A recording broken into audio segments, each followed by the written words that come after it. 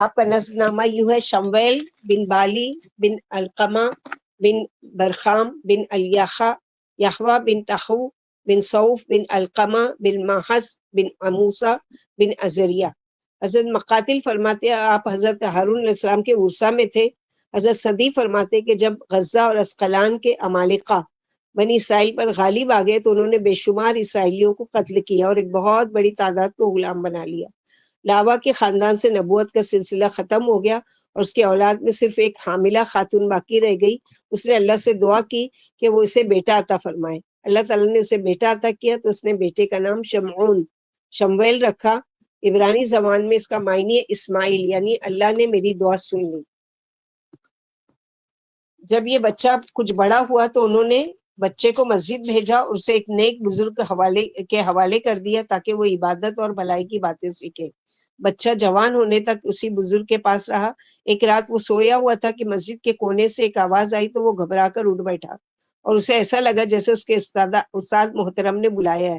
اس نے استاد محترم سے پوچھا کہ آپ نے مجھے بلایا ہے؟ استاد نے شاگرد کو پریشان دیکھا تو کہا ہاں سو جاؤ، تو وہ سو گیا۔ پھر اسے دوبارہ تیسری بار آواز آئی تو کیا دیکھتا ہے کہ حضرت جبریل علیہ السلام اسے بلا رہے ہیں۔ وہ اس کے پاس آئے اور کہا اللہ تعالیٰ نے آپ کو آپ کی قوم کی طرف مبعوث فرمایا ہے، لہٰذا آپ قوم کی طرف گئے۔ اور پھر وہ واقعہ پیش آئے جسے اللہ تعالیٰ نے قرآن مجید میں فرمایا ہے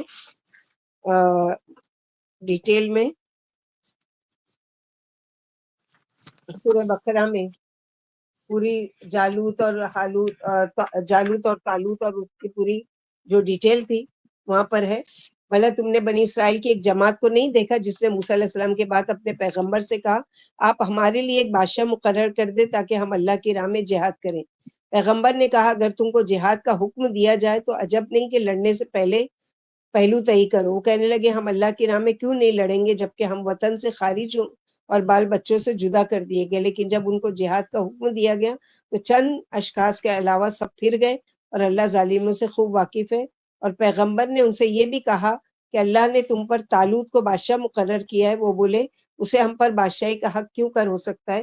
بادشاہی کی مستحق تو ہم ہیں اور اس کے پاس تو زیادہ دولت بھی نہیں ہے۔ پیغمبر نے کہا اللہ نے اسی کو تم پر فضیلت دی ہے اور بادشاہی کے لیے منتخب فرمایا ہے۔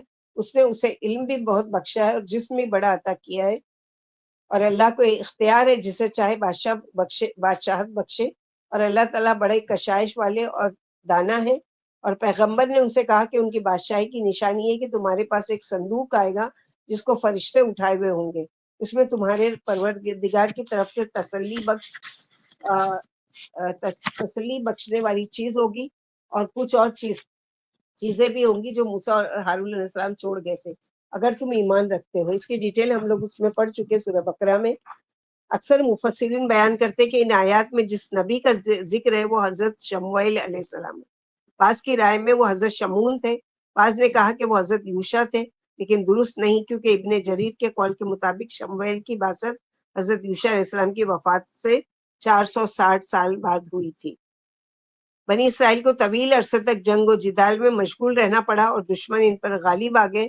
تب انہوں نے اپنے زمانے کے نبی سے درخواست کی کہ ان کے لیے ایک بادشاہ مقرر کیا جائے تاکہ وہ اس کی قیادت میں متحد ہو کر جنگ کر سکے، لیکن شمویل علیہ السلام ان کی کمزوریوں سے واقف تھے، اس لیے فرمایا حل عصیتم ان کتب علیکم القتال الا تقاتلوا، ممکن ہے جہاد جب تم پر فرض ہو جائے گا اس کے بعد تم جہاد نہ کرو۔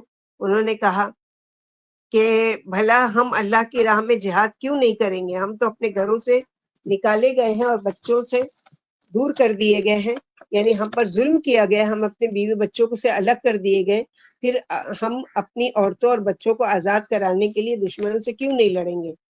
اللہ تعالیٰ نے فرمایا فلما کتب علیہم القتال تولوا الا قلیلا منهم، پھر جب ان پر جہاد فرض کیا گیا تو سوائے تھوڑے سے لوگوں کے سب پھر گئے، اور اللہ تعالیٰ ظالموں کو خوب جانتے ہیں۔ قصے کے آخر میں وضاحت ہے کہ بہت کم لوگ دریا کے پار اتر کر جنگ کے ارادے سے پر قائم رہے، باقی سب نے جہاد کرنے سے انکار کر دیا۔ انہیں ان کے نبی نے فرمایا ان اللہ قد بعث لکم طالوت ملیکا، اللہ تعالیٰ نے طالوت کو تمہارا بادشاہ بنا دیا ہے۔ حافظ ابن عساکر نے طالوت کا نسب یوں بیان کیا ہے طالوت شخول بن عمال بن زرار بن یخرب بن افصح بن امن بن بنیامین بن یعقوب بن اسحاق بن ابراہیم، ان کا پیشہ سقا یا دباغت تھا، اس لیے وہ کہنے لگے انا یکون لہ الملک علینا ونحن احق بالملک ولم یؤت سعۃ من المال، بھلا اس کی ہم پر حکومت کیسے ہو سکتی ہے، اس سے تو بہت زیادہ حقدار بادشاہت کے ہم ہیں، اسے تو مالی کشادگی بھی نہیں دی گئی۔ اللہ کی طرف سے بادشاہ کا تقرر ہوا، کہتے ہیں کہ اس سے پہلے نبوت بنی لاوا میں اور بادشاہت بنی یہودا میں تھی، طالوت بنی بنیامین میں سے تھے، اس لیے بنی یہودا نے اس پر ناپسندیدگی کا اظہار کیا اور کہا کہ بادشاہت پر ہمارا حق زیادہ ہے۔ انہوں نے یہ اعتراض بھی کیا کہ یہ شخص مفلس اور بیزر ہے اور ایسا شخص کسی طرح بادشاہ نہیں بن سکتا۔ شمویل علیہ السلام نے فرمایا یہ تمہارا کام نہیں ہے کہ کسی خاص خاندان سے بادشاہ کا انتخاب کرو، بلکہ اللہ تعالیٰ جسے چاہتے ہیں حکومت دیتے ہیں۔ مزید فرمائے ان اللہ اصطفاہ علیکم وزادہ بسطۃ فی العلم والجسم، اللہ تعالیٰ نے اسے تم پر برگزیدہ کیا ہے اور اسے علمی اور جسمانی برتری عطا فرمائی ہے، یعنی ایسی وجیح شخصیت عطا فرمائی کہ بنی اسرائیل میں اس جیسا کوئی نہیں، وہ قدر و قامت اور ظاہری صورت میں بھی سب سے بڑھ کر ہے، اور عقل و فہم میں بھی ان کے نبی نے ان سے کہا اس کی بادشاہت من جانب اللہ ہونے کی کوئی نشانی یہ ہے کہ تمہارے پاس وہ صندوق آ جائے گا جس میں تمہارے رب کی طرف سے تسکین ہے، اور آل موسیٰ اور آل ہارون کا بقیہ طریقہ ہے جو تمہاری سرکشی کی وجہ سے تم سے چھین لیا گیا تھا، فرشتے اسے اٹھا کر لائیں گے، یقیناً یہ تمہارے لیے کھلی دلیل ہے اگر تم ایماندار ہو۔ بنی اسرائیل نے فلسطین کے عمالقہ سے جنگ کی اور شکست کھائی۔ تابوت سکینہ جسے میدان جنگ میں اس لیے لایا گیا تاکہ اس کی برکت سے دشمن پر فتح حاصل ہو، اس کو دشمنوں نے چھین لیا، اور اس آیت میں یہ ذکر ہے کہ اللہ تعالیٰ نے ان سے وعدہ کیا اور طالوت کی نامزدگی اللہ کی طرف سے ہونے کی علامت بیان فرمائی کہ وہ صندوق جسے تابوت سکینہ اطمینان قلب والا صندوق کہتے تھے انہیں واپس مل جائے گا۔ اس صندوق میں ایسے کون سے تبرکات تھے جو ان کے لیے باعث سکینت تھے، اس کے بارے میں مختلف اقوال ذکر ہیں۔ ایک قول کے مطابق سونے کا ایک ڈھال تھا جس سے انبیاء کرام کے سینوں کو غسل دیا گیا تھا، یعنی تابوت سکینہ میں کیا کیا چیزیں تھی تو اس کا ذکر یہاں کیا جا رہا ہے کہ علماء کو قول ہے کہ ایک سونے کا ایک تھال تھا جس سے انبیاء کرام کے سینوں کو غسل دیے، جیسے آپ صلی اللہ علیہ وسلم کا 2 مرتبہ سینہ چاک کیا گیا اور آپ صلی اللہ علیہ وسلم کے سینے مبارک کو دھویا گیا، تو وہ والا سونے کا تھال اس میں تھا۔ ایک قول کے مطابق ایک قسم کی ہوا تھی، ایک قول کے مطابق ایک بلی کی صورت تھی، جنگ کے دوران میں اس سے آنے والی آواز فتح کی بشارت سمجھی جاتی تھی۔ آل موسیٰ اور آل ہارون کا بقیہ ترکہ بھی اس صندوق میں تھا، یعنی موسیٰ علیہ السلام کا تختہ جو الواح تھا، اس کے علاوہ آپ کا عصا تھا اور بھی دوسرے معجزات تھے۔ ایک قول کے مطابق اس میں ٹوٹی ہوئی آسمانی تختیوں کے ٹکڑے اور تھوڑا سا من تھا جو میدان تی میں ان پر نازل ہوتا تھا۔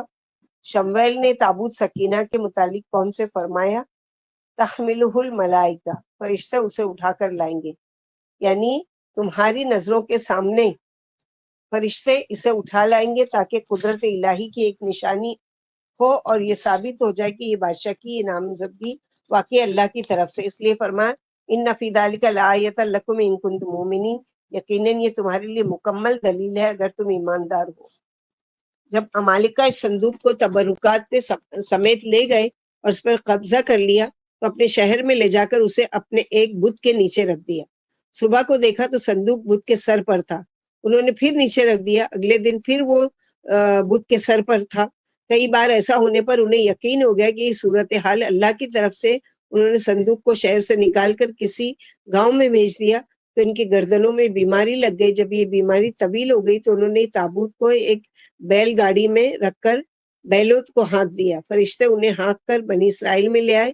اس طرح نبی کی بتائی ہوئی بات لفظ بہ لفظ پوری ہوئی، اور بائبل میں بھی واقعے کی تفصیل اس طرح بیان کی گئی، اور بہت سے مفسرین بھی یہی بات لکھی ہے، لیکن آیت سے بظاہر یہ معلوم ہوتا ہے کہ فرشتے اسے خود اٹھا کر لائے تھے۔ جب طالوت لشکروں کو لے کر نکلے تو کہا ان اللہ مبتلیکم بنہر، سورہ بقرہ میں یہ ڈیٹیل ہم لوگ پڑھ چکے ہیں، سنو اللہ تمہیں ایک دریا سے آزمائیں گے، جس نے اس میں سے پانی پی لیا وہ ہم میں سے نہیں ہوگا اور جو اسے نہیں چکھے گا وہ ہم میں سے ہوگا. ہاں یہ اجازت ہے کہ اپنے ہاتھ سے چلو بھر لے سکتے ہو. حضرت عبداللہ بن عباس اور بہت سے مفسرین اس آیت کی تفسیر کے بارے میں بیان کرتے ہیں. آیت میں مذکور دریا مراد دریائے اردن ہے. طالوت اور اس کی فوجوں کا واقعہ اللہ کے نبی کے حکم سے پیش آیا تھا. انہوں نے اللہ کے حکم سے فوجیوں کی آزمائش کے لیے حکم دیا تھا کہ جو شخص اس دریا کا پانی پیے گا وہ اس جنگ میں میرے ساتھ نہیں ہوگا. میرے ساتھ وہی چل سکتا ہے جو ایک ہاتھ سے چلو بھر کر پانی پی لے. لیکن ہوا یہ کہ فشربوا منہ قلیلا منہ، سوائے چند کے سبھی نے دریا کا پانی پی لیا. حضرت برا بن عازب سے روایت ہے نبی کریم صلی اللہ علیہ وسلم ذکر کیا کرتے تھے کہ غزوہ بدر میں اتنے صحابہ کرام شریک تھے جتنے طالوت کے مخلص ساتھی تھے، جنہوں نے ان کے ہمراہ دریا پار کیا، اور ان کی تعداد 300 افراد سے زیادہ تھی. یعنی اتنی ہی تعداد بتائی جاتی 313 جتنی کہ بدر کے دن صحابہ کرام کی تعداد تھی. جیسے کہ اللہ تعالیٰ فرماتے فلما جاوزہ ہوا والذین آمنوا معه قالوا لا طاقت لنا اليوم بجالوت وجنودی. طالوت مومنین سمیت جب دریا سے گزر گئے تو وہ لوگ کہنے لگے آج تو ہمیں طاقت نہیں ہے کہ جالوت اور اس کے لشکروں سے لڑیں. انہیں اپنی تعداد کم دیکھ کر اور دشمن کی تعداد زیادہ دیکھ کر احساس ہوا کہ ہم قلیل اور کمزور ہونے کی وجہ سے دشمن کا مقابلہ نہیں کر سکیں گے. لیکن اللہ تعالیٰ کی ملاقات پر یقین رکھنے والوں نے کہا کم من فئۃ قلیلۃ غلبت فئۃ کثیرۃ باذن اللہ.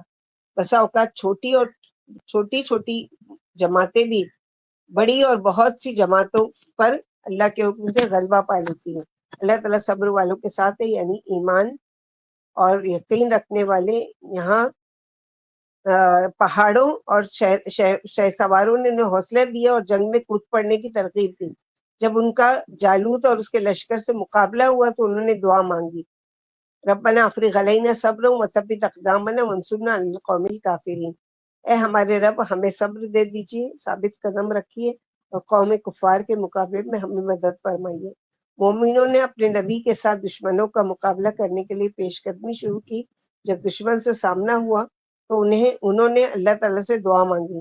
انہوں نے دعا مانگی کہ دشمن کے مقابلے میں قدم ثابت رکھیے اور جنگ میں ان کافروں پر فتح حاصل ہو جو اللہ کی آیت کا انکار کرتے ہیں، اس کی نعمتوں کی ناشکری کرتے ہیں. عظمت و قدرت کے مالک نے جو سننے والے ہیں، دیکھنے والے اور ہر شے کی خیر رکھنے والے ہیں، دعا قبول کی. فہزموہم بإذن اللہ، چنانچہ اللہ تعالیٰ کے حکم سے انہوں نے جالوتیوں کو شکست دے دی. یعنی یہ شکست مومنوں کی طاقت اور تعداد کی وجہ سے نہیں بلکہ اللہ کی توفیق اور مشیت الہی سے ہوئی، کیونکہ دشمنوں کی تعداد تو زیادہ تھی.